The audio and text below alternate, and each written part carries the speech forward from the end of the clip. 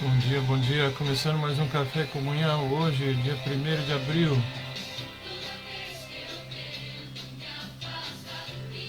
Dia lindo. Por ser 1º de abril, né? Porque hoje temos 13 graus em Curitiba, tempo fechado. Chuva. Bom dia, Zilda. Bom dia, Rita. Bom dia, Luiz Elias.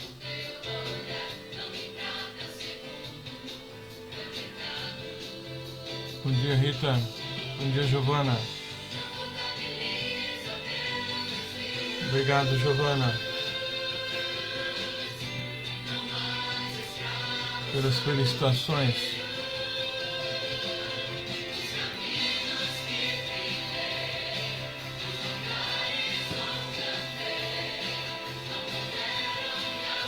Vamos lá, vamos chegando. Hoje nossa leitura e reflexão em 1 Crônicas 15.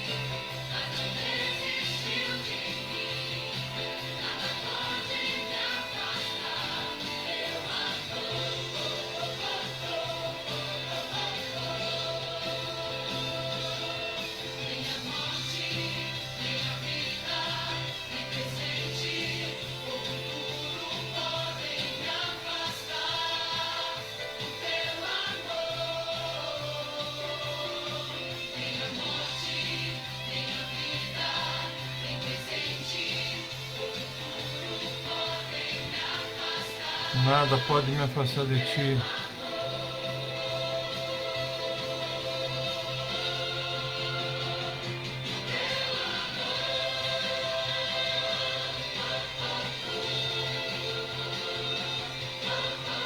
Bom dia, César. Bom dia, Florinda. Bom dia, Mar. Obrigado, Rita. Bom dia, Ana Lucília. Guarulhos, 17 graus de chuva. Ok, aqui 13 graus de chuva.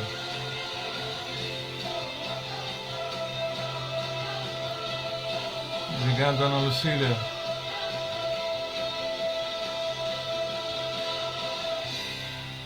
Obrigado, César.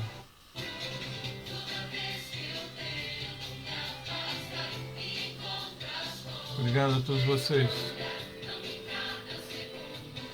Obrigado, Lica. Amém. Nada pode nos afastar, né? Bela letra, bela música.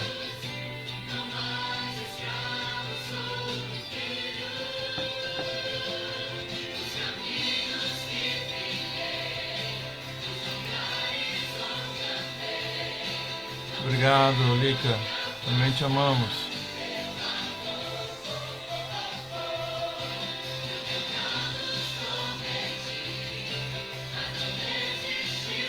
Muito bem, vamos lá então, vamos começar.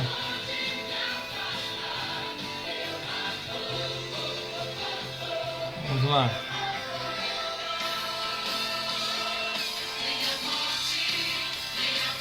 Bom dia, Eda. Bom dia, Marilúcia. Vamos lá, queridos. Em 1 Crônicas 15, o rei Davi ele empreende uma nova tentativa de trazer a arca da aliança para a cidade de Davi. Lembre-se que na primeira tentativa foi colocado num carro de boi, né, houve lá um tropeço do carro de boi, a arca que ia cair, e nós tínhamos duas pessoas, Uzá e Aiô, e Uzá, então, para não permitir que a arca caísse, ele colocou a mão na arca e por isso ele acabou morrendo. Então aquilo que era um momento de alegria se tornou um momento de tristeza na vida do povo, e ele ficou, essa arca, na casa de Obed-Edom. Agora eles estão indo lá para buscar de uma forma certa, com todos os levitas, com tudo certinho, para buscar a Arca da Aliança e trazer para Jerusalém. É sobre isso que ele vai falar. Então a primeira determinação de Davi é a seguinte: somente os levitas poderão carregar a Arca de Deus, pois para isso o Senhor os escolheu e para ficarem sempre a seu serviço. Então isso porque Davi ele conclui que pelo fato de os levitas não terem carregado a arca na primeira vez, a ira do Senhor, o nosso Deus, causou destruição entre nós, diz Davi. Nós não o tínhamos consultado sobre como proceder. Então, toda vez que a gente deixa de consultar a Deus sobre como proceder sobre alguma coisa, por mais legítima, né, que ela seja, por mais que a gente queira demonstrar a nossa gratidão, o nosso louvor ao Senhor, por mais que a gente queira adorar a Deus, se não foi feito da forma certa, nós podemos criar problemas e dificuldades, tá? E com isso trazer grandes transtornos para a nossa vida e para aqueles que estão ao nosso redor. Então havia sinceridade no coração de Davi quando tentou trazer a arca, mas não havia obediência. Então, sem sinceridade, sem obediência, não adianta, tá? Então é importante sempre lembrar disso. Então já logo de início temos aqui uma lição importante, né? Não adianta boa vontade se não houver obediência, sinceridade se não houver obediência, tá? Eu posso estar sinceramente fazendo alguma coisa e fazer da forma errada porque eu não consultei a Deus. Ele deixa bem claro, nós não consultamos o Senhor, tá? Irmã, muito obrigado pela felicitação, que Deus abençoe. O César está perguntando quanto. Quantos anos, César? Pô, mas você também, hein? 59, César. Eu tô beirando 60. Vê se pode. Ainda ontem eu era uma criança. Agora já beirando 60. Tá? Muito bem. A lista dos responsáveis por carregar a arca, né, celebração e sacrifícios, foi estabelecido antecipadamente, tá? Então, procedendo assim, todos foram à casa de Obed-edom. Então, já tinha uma lista já preparada de todas as pessoas que iriam auxiliar. Então, fizeram conforme proposto, os levitas trouxeram a arca de Davi e todos os seus soldados, e o povo celebraram alegremente ao Senhor. Ok? Então, esse é o escopo que nós temos aí do capítulo 15. Vamos começar a leitura, então. Versículo 1. Davi construiu várias casas para si na cidade de Davi. Bom dia, Fulaneto. Também preparou uma casa para a arca de Deus e armou uma tenda especial para ela. Em seguida ordenou: ninguém, a não ser os levitas, levará a arca de Deus. O Senhor os escolheu para carregarem a arca de Deus e os servirem para sempre. Então isso já ficou muito bem claro. Então o lugar para a arca era o tabernáculo na cidade de Davi. O tabernáculo original, então construído nos dias de Moisés, havia sido erguido em Siló, né, na Manassés central, e lá permaneceu até a captura dos filisteus. E é lógico que ali não havia ainda uma construção que fosse sólida, tá? E aí o que nós vemos é que a tenda de Davi foi da tenda de Davi, né, foi para a arca um lar de construção entre o tabernáculo no deserto e o templo de Salomão, tá? Então, na verdade, ainda também não está estabelecido o templo. O templo será erguido posteriormente por Salomão e aí a arca será colocada lá dentro. Por enquanto, ainda o que se tem é a tenda, né, onde é colocada, então, justamente a Arca da Aliança. Ok? O tabernáculo é algo móvel e depois vem o templo, que é um local fixo. Vimos no versículo 2, então, que os levitas deveriam carregar essa arca. Versículo 3, então Davi convocou todo Israel para ir a Jerusalém a fim de trazer a arca do Senhor para o lugar que ele havia preparado. Este é o número de descendentes de Arão e de levitas convocados. Então ele aprendeu a lição, né, que foi no caso do incidente lá de Uzá, e ele ordenou então que a arca do Senhor fosse removida dessa vez de acordo com a lei. Agora consultou a Deus, buscou direção para saber o que fazer. Então ela deveria ser transportada pelos levitas, né, por meio de barras inseridas nas suas argolas. Então, colocariam essas barras nas argolas, colocariam no ombro e carregariam essa arca, então, até Jerusalém, onde seria colocada, então, no tabernáculo ali estabelecido. Ok? Muito bem. Obrigado, Eda, pela felicitação. Versículo 5. Aqui ele começa a contar, então, que ele diz aqui, os descendentes, né, de levitas que foram convocados para esse cerimonial. Ok? Então ele diz, do clã de Coate, 120, seu chefe era Uriel. Do clã de Merari, 220, seu chefe era Asaías. Do clã de Gerson, 130, e o seu chefe era Joel. Dos descendentes de Elisafã, 200, e o seu chefe era Semaías. Dos descendentes de Hebron, 80, e o seu chefe era Eliel. Os descendentes de Uziel, 112, e o seu chefe era Aminadab. Ok, então aqui você tem até essa descendência aqui que você tem 120, então, 882 sacerdotes, tá? Davi, ele dividiu os levitas, então, de acordo com as suas genealogias. E Uriel era o príncipe do clã dos coatitas, Azias dos meraritas e Joel dos gersonitas, que eram, então, os levitas dos 3 clãs de levitas, tá? E aí, então, você tem as 3 famílias a seguir, né? São os coatitas. Elisafã foi de Coate, Hebron foi também de Coate e Uziel também de Coate, tá? Os outros 3, que ele diz aqui. Em seguida, Davi convocou os sacerdotes. Os sacerdotes, então, todos eram de Coate, tá? Do clã de Coate. Zadok, Abiatar e os chefes dos levitas, Uriel, Asaías, Joel, Semaías, Eliel e Aminadab. Disse-lhes: vocês são os chefes das famílias levitas. Consagrem-se vocês e todos os seus parentes levitas para trazerem a arca do Senhor, o Deus de Israel, para o lugar que preparei para ela. A ira do Senhor irrompeu contra nós a primeira vez, pois não foram vocês, os levitas, que levaram a arca. Não consultamos a Deus sobre o modo apropriado de transportá-la. Então, por não ter consultado a Deus, fizeram coisa errada, né? Por fazer coisa errada, pagaram um preço alto, que foi a morte de um homem. Então, a transição do governo aqui, de que nós temos de Saul para Davi, envolveu a mudança, né, do velho tabernáculo de Moisés para o lugar, então, que havia estabelecido no Monte de Sião, em preparação posteriormente para o templo, né, que seria erguido por Salomão, tá? Então os sacerdotes e levitas, versículo 14, se consagraram a fim de trazer para Jerusalém a arca do Senhor Deus de Israel. Os levitas carregaram a arca de Deus sobre os ombros, usando as varas presas a ela, conforme o Senhor havia instruído por meio de Moisés, né? Bom dia, Luiz Elias. Então, a linhagem de Eleazar gerou Zadok aqui, que nós vemos que será um dos sacerdotes. Então, nos tempos de Davi, representantes das linhagens de sumos sacerdotes, tanto de Itamar quanto de Eleazar, ministraram concomitantemente, tá? Simultaneamente. Então, Zadok, que descendia de Eleazar, servia no tabernáculo em Gibeão. E Abiatar, do qual descendia, né, o qual descendia de Itamar, era sacerdote em Jerusalém. Então, quando Salomão chegou ao poder, Abiatar foi deposto e Zadok passou a ministrar como sumo sacerdote no templo, tá? Versículo 16. Davi também ordenou aos chefes dos levitas que nomeassem cantores e músicos para entoarem cânticos alegres acompanhados por harpas, liras e símbalos.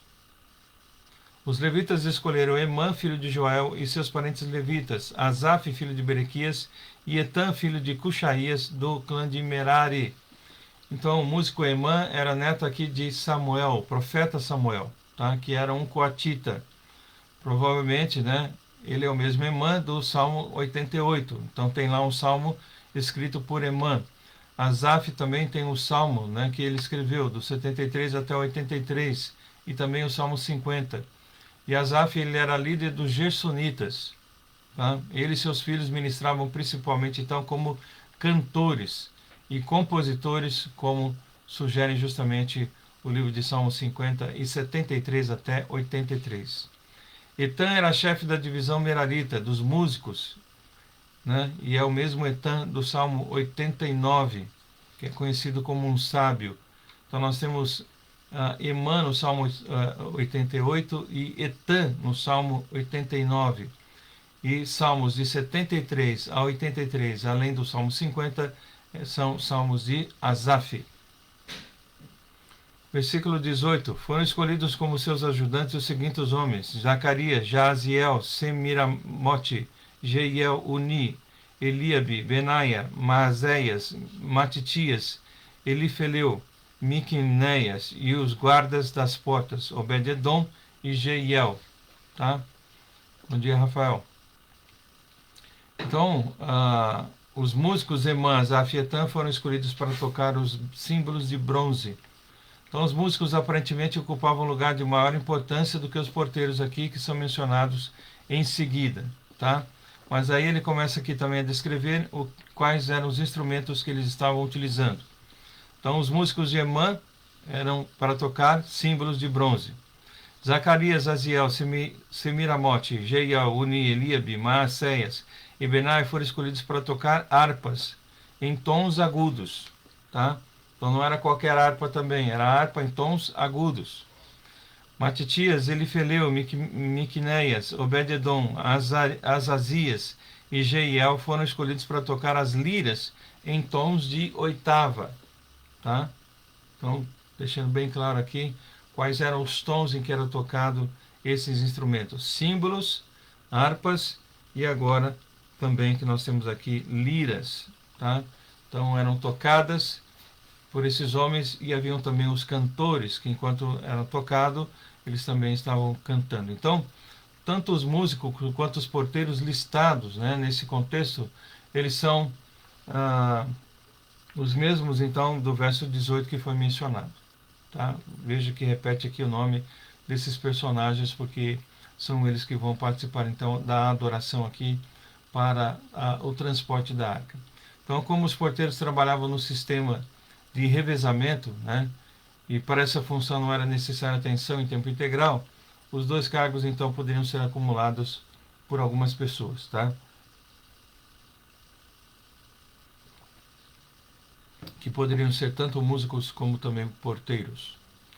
Versículo 22. Kenanias, chefe dos levitas, foi escolhido para dirigir o canto, pois tinha habilidade para isso. Então nós temos aí já um maestro que iria dirigir todo mundo, tá? Então isso é importante de nós definirmos aqui.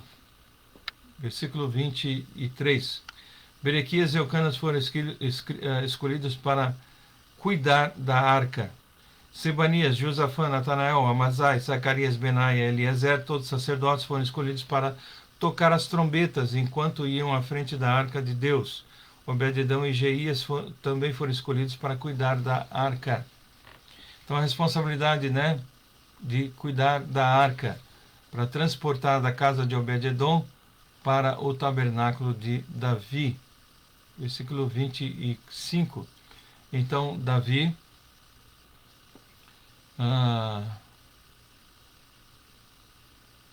meu cunhado Emerson aqui também agradecendo, aliás, me felicitando, né, pelo aniversário. Muito obrigado, meu querido.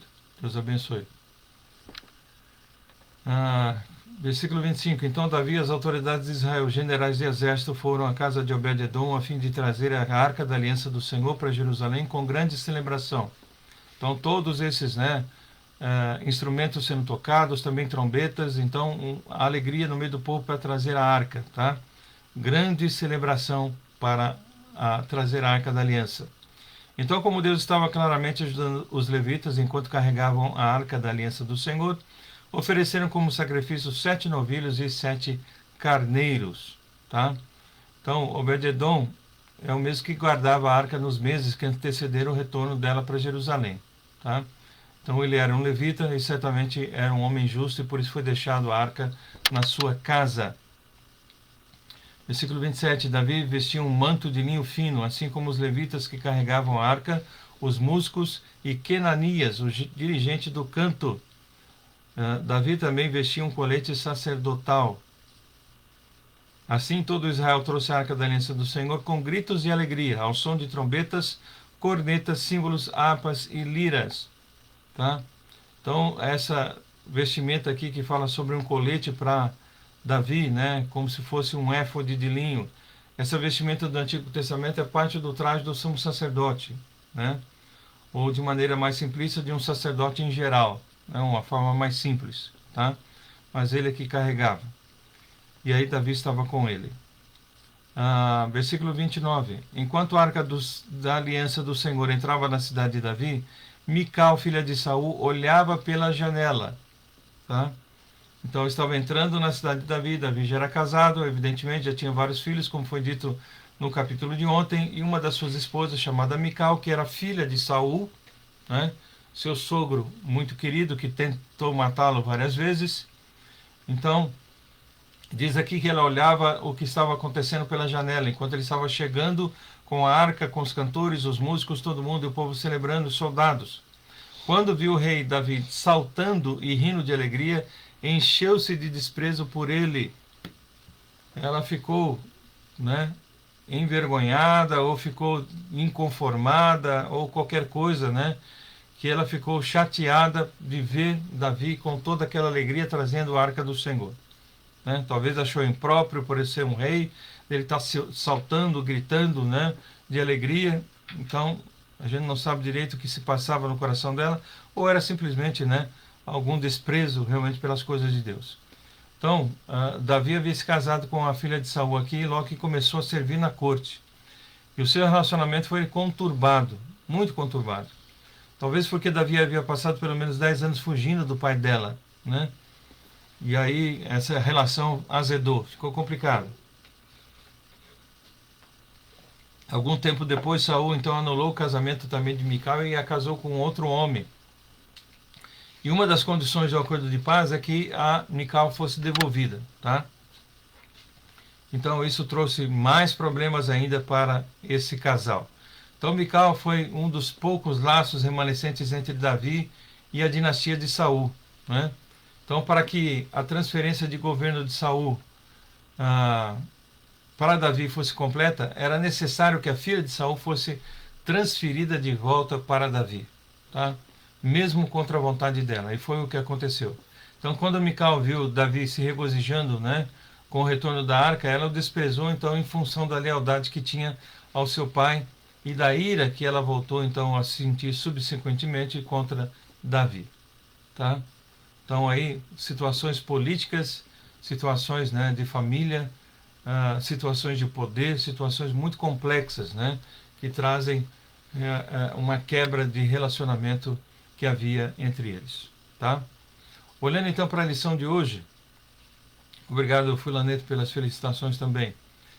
Olhando para a lição de hoje, então, o que nós podemos tirar de ensino, né, a mais, né, do que nós já tiramos. Lembramos logo no começo, né, sobre o fato de buscar a presença de Deus. Na primeira vez que a arca foi trazida, não buscar a presença de Deus, tiveram problemas. Agora, na segunda, buscaram a orientação do Senhor. Então, nesse dia, né, que eles trouxeram a arca, havia grande alegria, não houve tristeza, nada deu errado. Eles tiveram o cuidado de conhecer a vontade de Deus e o Senhor esteve com eles para fazer o bem. Então, tudo correu direitinho, redondinho como eles queriam naquele dia. A celebração não foi afetada por nenhuma situação triste como da primeira vez, em que havia uma celebração também, mas morreu um homem no meio dessa celebração, quebrou todo o encanto, né? Agora não, agora tudo deu certo. Então há muitas lições desse episódio aqui, né, que a gente pode detectar. Devemos seguir esse princípio em tudo na nossa vida. Consultar a Deus sobre as nossas decisões, que caminho a seguir, é fundamental para que haja, né, crescimento e prosperidade na nossa vida e na vida daqueles que nos cercam. Sempre buscar a orientação de Deus, por mais banais que possam parecer as situações, por mais corriqueiras, né, por situações que pareçam hábitos seus, mas é preciso buscar a orientação de Deus. Não entrar no modo automático, mas buscar a orientação de Deus para saber aquilo que Ele quer de nós, aquilo que Ele quer para nós. E não agimos de acordo com o nosso pensamento, a nossa vontade, a nossa sinceridade, né? E Davi estava fazendo aquilo sinceramente, estava fazendo aquilo com alegria, com a motivação correta, agradar a Deus, mas estava fazendo do modo errado. E por causa disso houve consequências sérias. Então você pode com toda sinceridade querer servir a Deus e ainda assim estar fazendo coisa errada. Então é preciso consultar o Senhor e fazer as coisas do jeito dele e não do nosso jeito. Davi, ele colocou bois novos, uma carcaça, uma carroça nova para poder transportar a arca. Ele fez tudo com muito esmero, com muito cuidado, mas não era aquilo que Deus queria, não era aquilo que Deus havia ordenado, não era daquele jeito que era para ser transportado. Então de nada adiantou todo esse empenho da parte dele, porque não consultou a Deus. Então lembre-se sempre disso, cada um de nós precisamos, nas coisas mais corriqueiras, diárias, buscar a orientação de Deus para fazer a sua vontade, porque só boa vontade, só sinceridade não é o suficiente quando nós então fazemos tudo isso, mas desobedecemos as ordens e aquilo que Deus já estabeleceu para nós, tá? Como forma de culto, como forma de adoração, como forma de expressão de louvor e de gratidão. Então, que isso fique em nossa mente e que possamos servir a Deus com integridade. Tá bom? Vamos encerrar nessa manhã. Pai, obrigado por esse tempo juntos. Obrigado a Deus pela vida de cada um dos que estão conosco nessa manhã. Que a graça do Senhor nos acompanhe durante todo esse dia e também nesse final de semana. Que tenhamos, ó Deus, a direção e a bênção do Senhor sobre nós. Oramos em nome de Jesus. Amém. Que Deus abençoe, queridos. Segunda-feira, se Deus permitir, estaremos então lendo e refletindo o capítulo 16. Tá? Na segunda-feira nós estamos preparando tudo então para poder transmitir através do YouTube e o Facebook ao mesmo tempo. Então, tanto as pessoas do Facebook como do YouTube poderão nos assistir. Nós estamos preparando para que tudo dê certo, né? Como nós falamos, estamos nos ajustes, estamos treinando aí para tudo dar certo para a segunda-feira, para que a gente tenha maior visibilidade, para que também a qualidade, né, que nós estamos transmitindo aqui seja melhor, né, para que você assista, para que você compartilhe. Então, para que a gente tenha outras formas de interagir, que não como as folhinhas que muitas vezes eu mostrei para vocês, né, mas fazer isso dentro da própria tela. Então, a ideia é de melhoria, tá, para nós, para todo mundo, tá bom? Então, ore a Deus para que tudo dê certo então na segunda-feira e a gente possa progredir e crescer dentro desse aspecto, né, dessas melhorias, para que fique cada vez mais atraente essa exposição então da palavra do Senhor, tá bom? Que Deus abençoe a todos vocês, um bom dia, compartilhem, temos só 6 compartilhamentos até agora, e que Deus os abençoe em todo esse final de semana, e na semana que vem, se Deus permitir, estaremos juntos mais uma vez, tá bom? Muito obrigado, um grande abraço a todos vocês, e muito obrigado pelas felicitações também de todos vocês, 59 anos, agradecido a Deus por mais um ano de vida.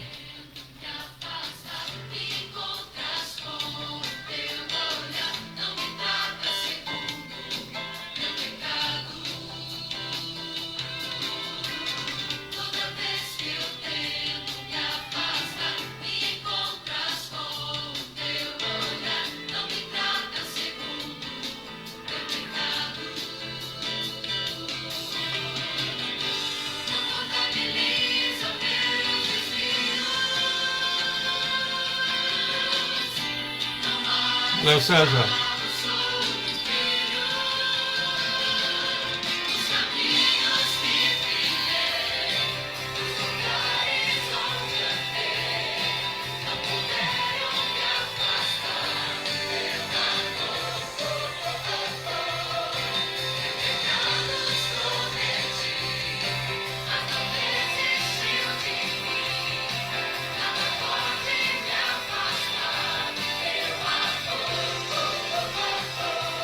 Tchau. Até.